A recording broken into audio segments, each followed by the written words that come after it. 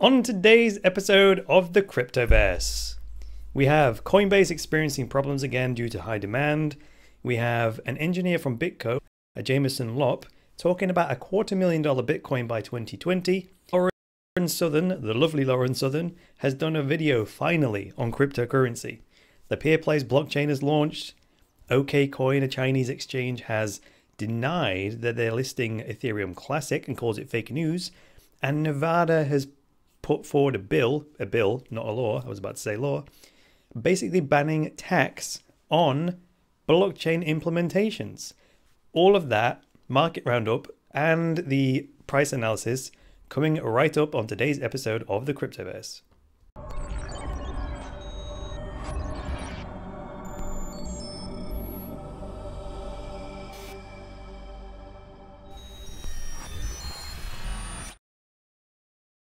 Hardware wallets are the only way to truly store your cryptocurrency securely. Ledger provide a range of devices to suit all budgets and preferences. Check out my review of the Ledger Nano S by clicking on the link in the video description below. Hi there guys, and welcome to the latest episode of the Cryptoverse, your regular dose of news and commentary on Bitcoin, cryptocurrencies and blockchains. I am your host, Chris Coney. So let's see what we've got for you today. Let's begin, as we always do, with the announcement section. Now, of course, this whole thing is only possible due to the generosity of my patrons. So if you go to cryptoversity.com, you can go either to the enroll page to support me as a patron. You can make a regular contribution at any of these amounts. That is if my phone wasn't ringing, excuse me, sorry about that. There it goes. And you can pledge any one of these amounts. The more you pledge, the more you get. So with the bottom level, it's just a supporter level. With the medium level, you get a course included and access to a private chat group. And at the highest level, you get all Cryptoversity courses and a priority chat group, so you can send me questions and get answers at any time. Alternatively, you could just buy one of my premium courses. The Cryptoverse is great, but it's a bit chaotic. The information isn't organized into a step-by-step logical structure. Because it's on a day-to-day basis. If you want to start somewhere and be taken step-by-step through a learning journey of cryptocurrency, the courses are the one for you. And I've got a number of different things here for people at different levels and different tastes. So that's how we support the Cryptoverse financially, or you guys support the Cryptoverse financially, and I do appreciate it very much. Another announcement is I'm looking for someone to help me create YouTube thumbnails for the Cryptoverse, especially with, this new format I'm using here. One of the requirements is that it needs to be reasonably quick after I publish the show every day, because I don't want a poor thumbnail there for very long. So if you have those kind of graphic design skills, I'm not just talking about someone who can use a graphics package. I would much prefer it if you understood how YouTube thumbnails work and how to make them compelling, and all that sort of stuff, right? I don't just want any old graphic designer. I want someone with skills in YouTube thumbnails specifically. If you have those skills, please send me an email to chris@chrisconey.com and let me know what you've got, and we'll have a discussion. Right, let's move on to the market roundup, courtesy of who is it courtesy of? The what's the company called? It's CoinMarketCap, isn't it? It's coinmarketcap.com. Let me just move my notes over here. CoinMarketCap. Let's see what they've got for us today. The first thing I've noted here is that we have the $1 billion club continuing to creep down, like I said yesterday. We've now got $8 billion blockchains. That's pretty interesting. And that is, like I said yesterday, it's going to continue to creep down. You see here, Ethereum Classic in 5th position has now surpassed Litecoin and become the 5th ranked coin by market cap. There's a greater balance of red and green today, as you will see. In fact, the biggest winner is Steam there in 10th position, gaining 36.4%. What can I say? It's one of my favorite coins, so I'm not too upset about that. I've been riding the Steam train, Steam train for quite a while now. And then Augur is another big winner down here at near enough 19% gain for the day. If we go down past the 20th and we go to 21st, we have Lisk right there. 69.78% gain. If you own some Lisk, then happy days for you. And in terms of biggest losers, we've got Coin, which was what, 12th yesterday. It's dropped right down to 17th with a 4.8% loss, and Bitcoin down now to 11th place because of a loss of $4.4%. And I also, talking about Coin, I published that interview yesterday with Storge, with Sean Wilkinson. What a fantastic guy. He's just got so much energy, right? I do appreciate people like that, because you can really, like, they lift you up even just by talking to them. And he's such an energetic guy. He kind of reminds me of who's the other guy I had on, the Never Stop Marketing guy, Jeremy. He was sort of real powerful as well. So I really enjoyed speaking to Sean, and part of me didn't really want to stop the conversation because I was just feeding off of it so well. But yeah, superb conversation. Really like the guy, and that gives me a lot of confidence in the project because his mind is behind it, right? So that's that. Let's now move on. Let's go back here to, what do we do next? Let's do the chart readings. So I switch over to bitcoinwisdom.com and see what we've got. Sorry, I'm going to have to use my notes again here because I've made some specific notes on what I want to say here. Going right back to the Google Doc. There it is. Right, yes. We had a new all-time high yesterday, 29.33. And as normal, you'd expect a bit of a pullback. This is a very tiny pullback in my opinion, though. It's not a great big one, is it? So most of the buying pressure is still pushing us up there. So typical pullback. And actually, what I was going to do live is redraw my Fibonacci retracement lines. I said this yesterday because they become invalidated. I'd previously put it here at the all-time high and then put it down with this bottom of this particular run. But now we broke the all-time high. So I select the Fibonacci retracement tool, I right-click on it, deletes all of the lines, and then I go from the bottom, the low there, click it once, and then drag it all the way up to this new all-time high. And that will then redraw it for us. Now, let me go back to the crosshair. You see here, we've got, this is now more meaningful. The thing is, when this happened, we're now sort of looking back based on new data, if that makes any sense, which isn't really the idea, is it? We want to be able to predict future moves, but indicators always need to be updated based on new data so that we're basing our decisions on as much information as possible. So the only interaction I see here, look back a couple of 4 or 5 days ago, you've got both of those candles resting on the what is now the 23.6% retracement line. So when it says retracement, it's assuming that at some point this move here will go back down here. It's not. I don't think that's going to happen with Bitcoin because of all the money's continuing to come into the ecosystem and pushing the price up. So that's where Bitcoin can break the mold a lot of the times and continue to go up and up and up a lot longer than you would expect it to in a balanced foreign exchange market, right? Similarly with Litecoin. So I've still got the same lines here. Yesterday, what did I say yesterday about this? Yeah, we spoke about, again, the 23.6% Fibonacci retracement line. And yesterday here, look, even though the tail of the day is dangling below that, I would still call this as holding support. Actually, right now, we're sat right on it at Litecoin. So sitting right on it, to me, I'm going to buy at that price. Trust me, I'm going to buy at that price. I would have bought yesterday at this price, but Coinbase having a bit of trouble, it seems. And I'm going to talk about that in the news segment. So let's actually move on to that. In the news segment, the very first story, in fact, is this. Oops, I've got it open here. Here it is. So the very first segment is Coinbase are having some trouble. I mean, this isn't industry news. This is from my point of view. Myself and 3 or 4 other people contacted me yesterday saying, hey Chris, there's something wrong with my Coinbase account. I can't seem to buy anything. And then I tested it, exactly the same problem. Now, these were all people in the UK, all trying to buy Bitcoin, Ethereum, and Litecoin through Coinbase with a British credit or debit card. And across the board did not work. So I thought, is it Coinbase? Then I went to Uphold and I tried it again with the same debit card of mine, same problem. So I was like, do we have another one of these situations where the banks are blocking cryptocurrency transactions, with debit cards? That's entirely possible. I'm going to have to try this later on again today. I was going to try and do this live, but I think that's just going to take up too much time on the show, so I'm not going to do that. All right. So let's come back here to me and then move on to the next story that I've got here, which is from Twitter. Actually, it's a tweet that I've picked up. I think someone linked this from Reddit. Have I got it open? Yes, it's James Lopp, who is an engineer at BitGo. He's quite an outspoken fellow, and he's put out some interesting stuff in the past that I've actually read. And he's predicting, well, he's not predicting, he's doing this logically. He's saying we could see $250,000 Bitcoin by 2020. So this is where that comes from.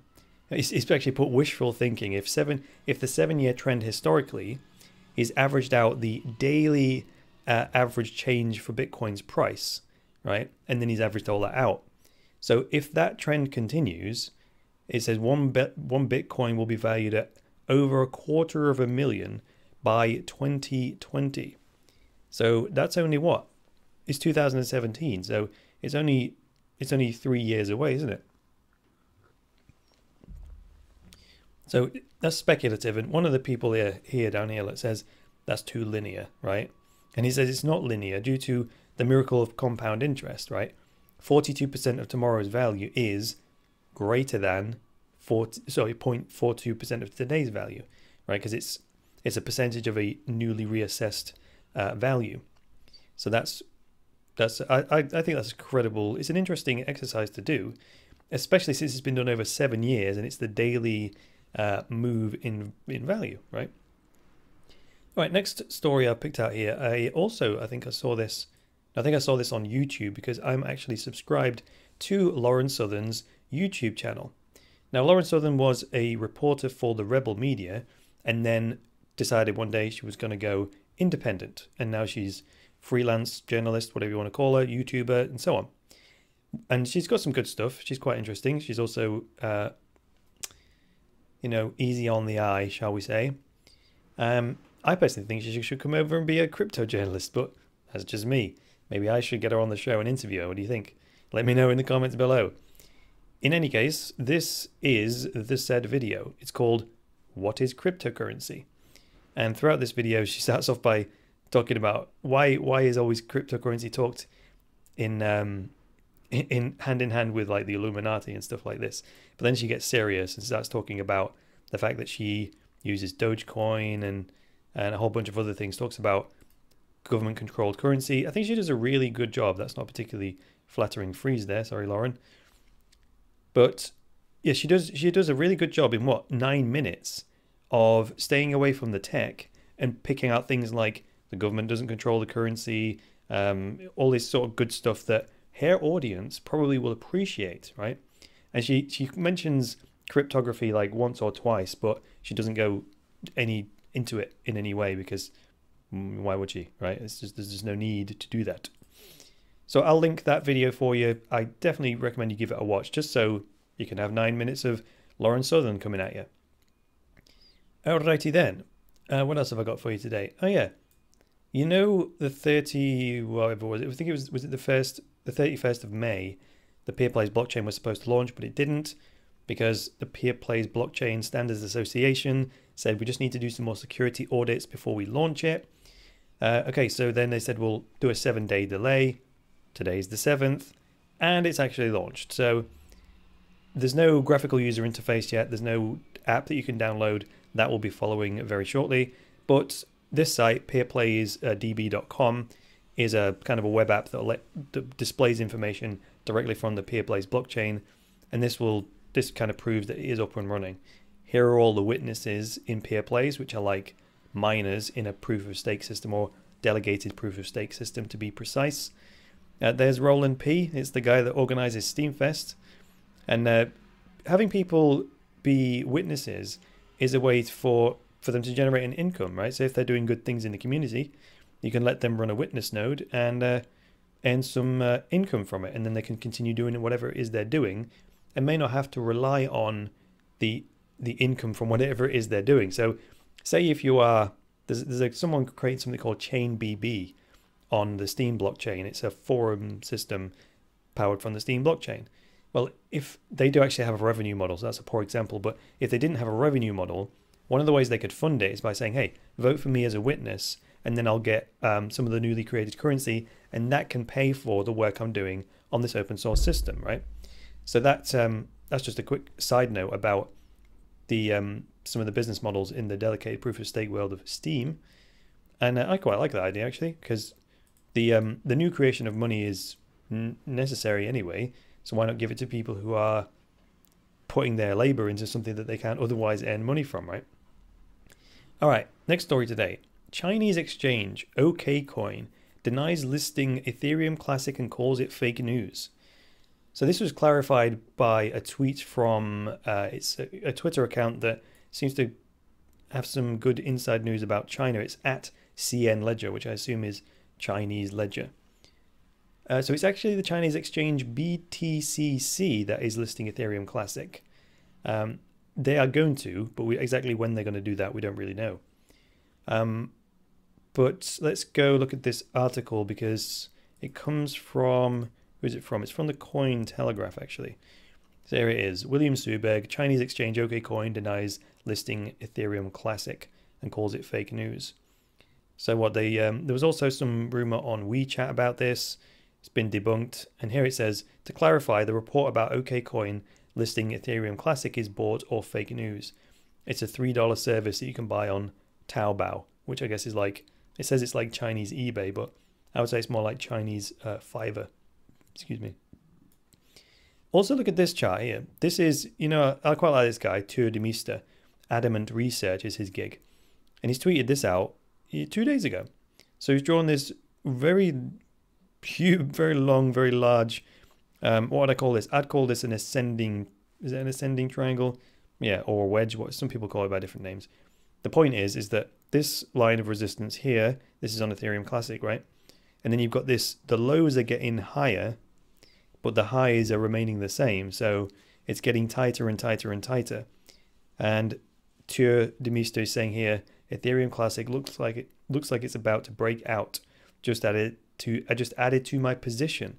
So he's actually bought Ethereum Classic in an expectation that it's going to break that long resistance line there and then go up in price. So interesting stuff, eh?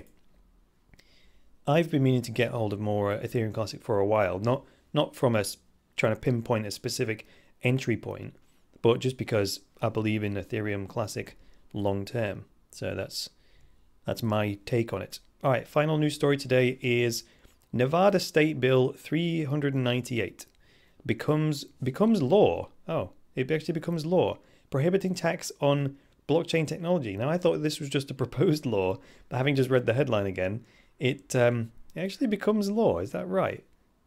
Okay, kind of interesting. That's even more interesting then, isn't it?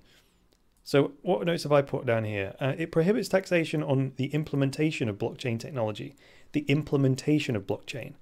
So you'd have to do that because blockchain technology is an abstract, and you can't regulate or a concept, right?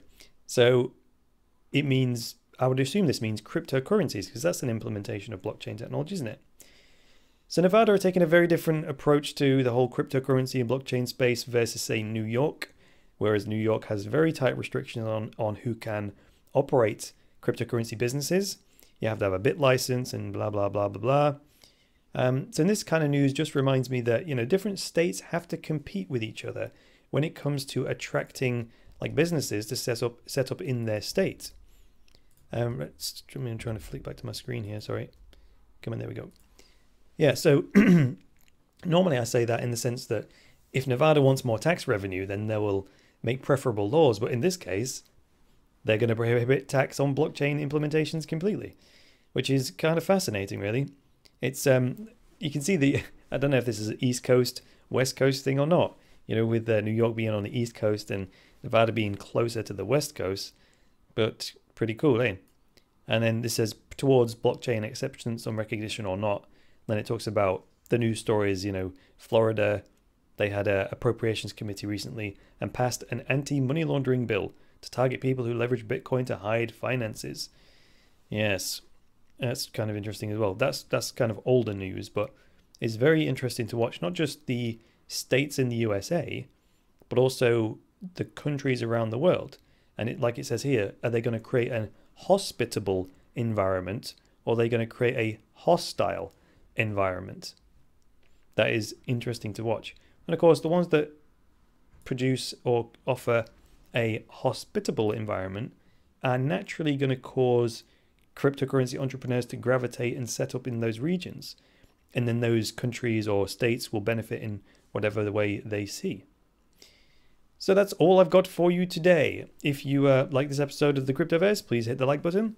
If you disliked it, you can go ahead and hit the dislike button if you like. You can leave me a comment below with some feedback, and of course get subscribed so you don't miss any content from the Cryptoverse. And also, once again, please support the Cryptoverse and help me to boost cryptocurrency adoption by going to cryptoversity.com and either going to the podcast page where you can send me some cryptocurrency tips, sign up as a patron, or go over to the courses page and buy yourself an online course. So that is all for today, guys. I'll be back with you tomorrow for another episode of the Cryptoverse. So until then, it's me, Chris Coney, saying bye for now.